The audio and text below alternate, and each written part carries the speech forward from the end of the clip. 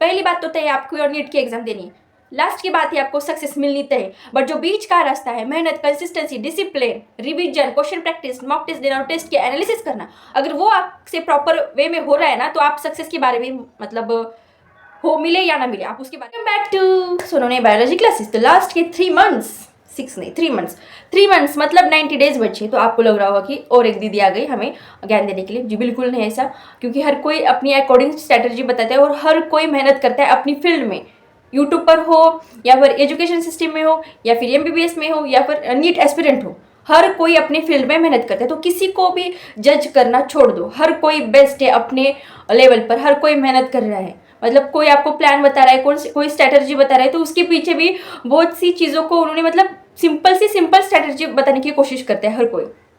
Simple से simple time table, मतलब आप चीज़ों को कैसे हैंडल कर सकती हो। अगर कोई टाइम टेबल बता रहे तो इसका मतलब ये नहीं कि टाइम टेबल से नीट निकल जाएगी। वो आपको रूटीन में चेंजेस लाने की कोशिश करते हैं, आपको एक चैलेंज देते, आपको एक गोल देते, टारगेट देते, आपको सही रास्ता दिखाने की कोशिश करते कि अगर आप भटक रहे हो, आप अपना टाइम वेस्ट कर रहे हो, तो टाइम टेबल को सेट करके आप जान सकते हो कि आपके पास कितना समय बचा है और आप कितना समय बर्बाद कर रहे हो। इसकी वजह से टाइम टेबल की स्ट्रैटेजी की ज़रूरत पड़ती है, ना कि मतलब स्ट्रैटेजी से कुछ हम नीट निकाल नहीं सकती। ओके ओके, पता है नीट निकालने के लिए फिजिक्स, केमिस्ट्री, बायोलॉजी पढ़नी पड़ती है, not only strategy and time table. But physics, chemistry, biology को हैंडल कैसे करना है, उनको प्रॉपर वे में, टाइम में, मतलब कम से कम टाइम में कैसे कवर करना है, मतलब जो 2 साल से आप पढ़ते आ रहे हो उसको कवर कैसे करना है, उनकी स्ट्रेटजी होती है। तो वो कोई अलग नहीं बताते, वो अच्छा ही बेस्ट से बेस्ट तरीका आपको बताते, बट आप उनको फॉलो मतलब आपको नहीं करना, ना किसी को फॉलो मत करो, अपने अकॉर्डिंग टाइम टेबल बनाओ, अपने अकॉर्डिंग स्ट्रेटजी बनाओ। क्योंकि खुद जितना आप खुद को जानते हो वो मतलब कोई नहीं जान सकता। बस वो एक टीचर के नज़रिए से आपको मोटिवेट करने की कोशिश करते हैं, इंस्पायर करने की कोशिश करते हैं, क्योंकि लास्ट के समय में आप डगमगा ना जाओ। क्योंकि आपको लगता होगा कि अभी तो समय नहीं बचा, तो अब क्या कुछ नहीं हो सकता। तो किसी को भी दोष मत दो, हर कोई बेस्ट है अपने लेवल पर, हर जगह मेहनत है, कंटेंट क्रिएट करने में, टाइम टेबल बनाने, स्ट्रैटेजी करने में, और नीट की एग्ज़ाम क्रैक करने में भी मेहनत है, एमबीबीएस बनने में मेहनत है, टीचर बनने में भी मेहनत है, हर जगह मेहनत है। बस तो ये तो हो गई इंट्रोडक्शन वाला पार्ट। तो हमें क्या करना था बायोलॉजी के लिए बारे में। अब बायोलॉजी के लिए लास्ट के 3 मंथ्स बचे। अब सोच रहे होगे लास्ट के 3 मंथ्स में ही हमें बायो में 360 लाने थे, तो हम 2 साल से क्यों पढ़ रहे थे। ओके, आप 10 से आते हो, 10 से सीधा 3 मंथ्स देकर आप बायो को ईजी वे में समझ सकते हो। नहीं नहीं नहीं, आपको थोड़ी थोड़ी उस चैप्टर की नॉलेज मिलती रहती है, थोड़ी थोड़ी। भले ही आप प्रॉपर लेक्चर ना अटेंड कर रहे हो, बस क्लास में जाकर बैठते तो होगे, कुछ शब्द कुछ लेक्चर आपके कान पर पड़े ही तो होगे ना। तो अचानक से 3 मंथ्स में कुछ नहीं हो सकता, आपको बताए। बट तब आपकी एज क्या थी, आप 10 देकर आए थे, आपको बस एक्सरसाइज के नीचे के क्वेश्चन करने की आदत थी, आपको पूरा चैप्टर करने की आदत नहीं थी, आप बस मेन पॉइंट करते थे। आपको मतलब उस लेवल की आपकी प्रिपरेशन नहीं थी। अब 11th बीत चुका, 12th बीत चुकी, कोई कोई ड्रॉपर होगा, बायोलॉजी सब्जेक्ट कैसा है उसे मतलब सब कुछ पता चल चुका है, फिजिक्स हो या केमिस्ट्री हो, किसी भी सब्जेक्ट के लिए। आप बोलते हो ना लास्ट में के 6 मंथ्स में ही करना है, लास्ट के 3 मंथ्स में ही करना है, लास्ट के 90 डेज में ही क्रैक करना है, तो 2 साल से क्यों कर रहे। नहीं बाबा, उसे समझने के लिए, उसे जानने के लिए थोड़ा स्टेप वाइज जाते। बट जो आपको स्पीड बढ़ानी, वो अभी के टाइम पर बढ़ानी है स्पीड। हाँ, माना कि अभी आप बायोलॉजी में 0 पर है, हाँ ओके ओके ओके, बायोलॉजी पर 0 पर ही है, फिजिक्स केमिस्ट्री पर, फिजिक्स केमिस्ट्री का थोड़ी देर के लिए रहने देते और बायोलॉजी के बारे में सोचते। तो फिजिक्स केमिस्ट्री में आप 0 पर है। ओके, तो आपने कुछ ना कुछ वन शॉट से या फिर कभी लेक्चर अपने क्लासेस में अटेंड करके या फिर पीडब्ल्यू से, अनअकैडमी से, यूट्यूब पर इतने सारे वन शॉट लेक्चर है, या खुद जहाँ पर पर्सनल आपने कोचिंग लगाई अपने सिटी में, वहाँ पर थोड़ा बहुत तो किया होगा, थोड़ा बहुत तो नॉलेज होगी ना। तो उस नॉलेज को बस आपको ज़्यादा से ज़्यादा स्पीड में पकड़कर कंप्लीट करना है।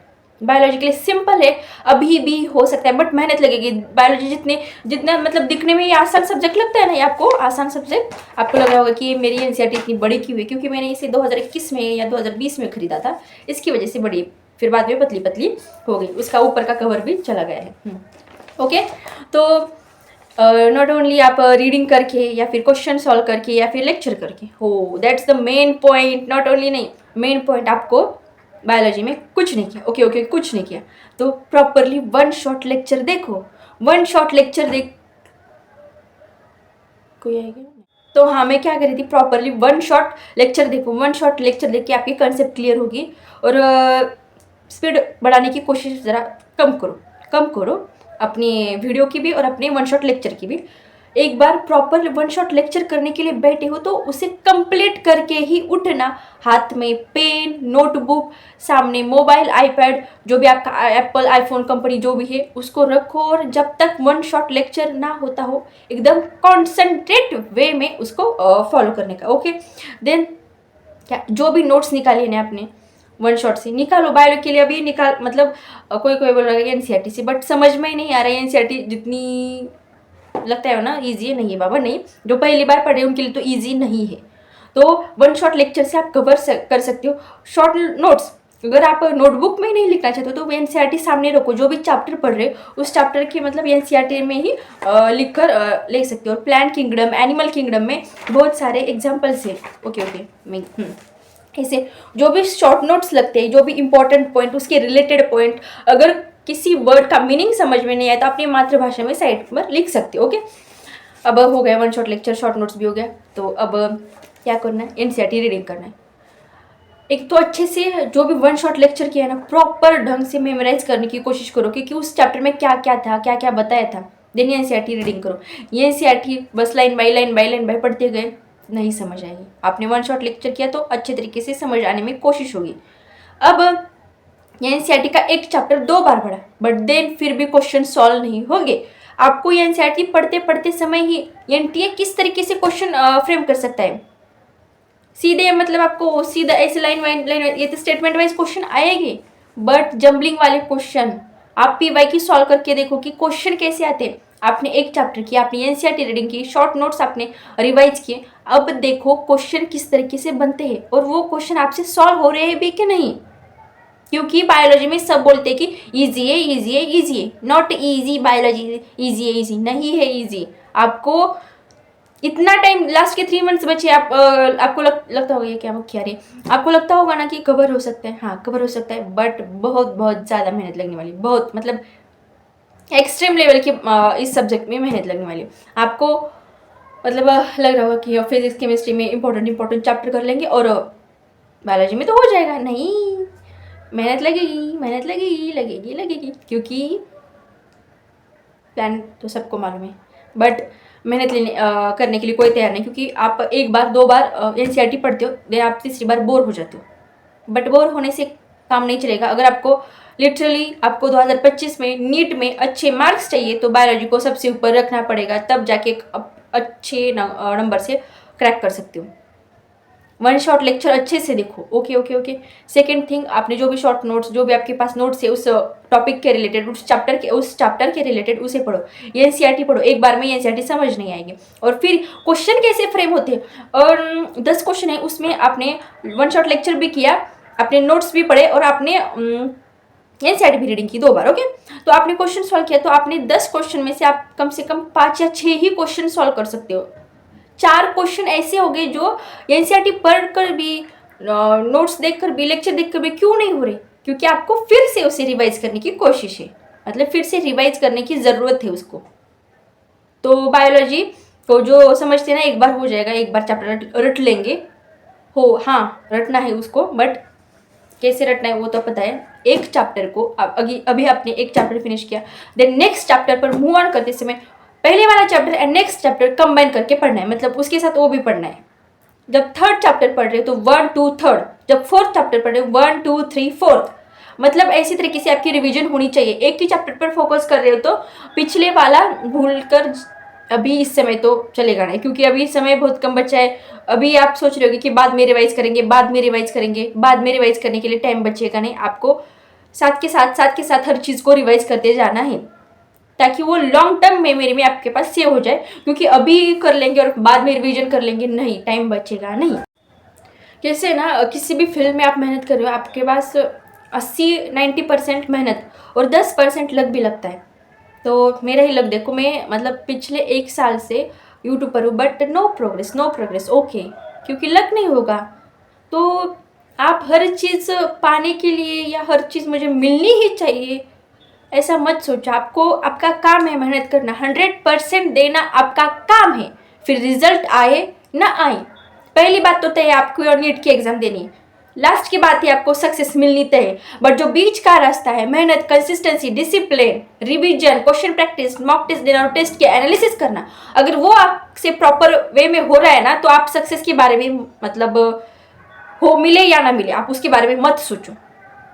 फर्स्ट थिंग आप नीट देने वाली, फर्स्ट थिंग आप कौन सी भी एग्जाम देने वाली, फर्स्ट थिंग आपके लिए किसी भी गोल को सेट किए, ओके वो गोल सेट किया और मुझे वो पाना है। लास्ट थिंग उसका सक्सेस मिलना तय है। कब? अगर बीच की मेहनत, कंसिस्टेंसी, डिसिप्लिन, वो सब कुछ आप रेगुलर फॉलो कर रहे हो तो सक्सेस मिलनी तय है।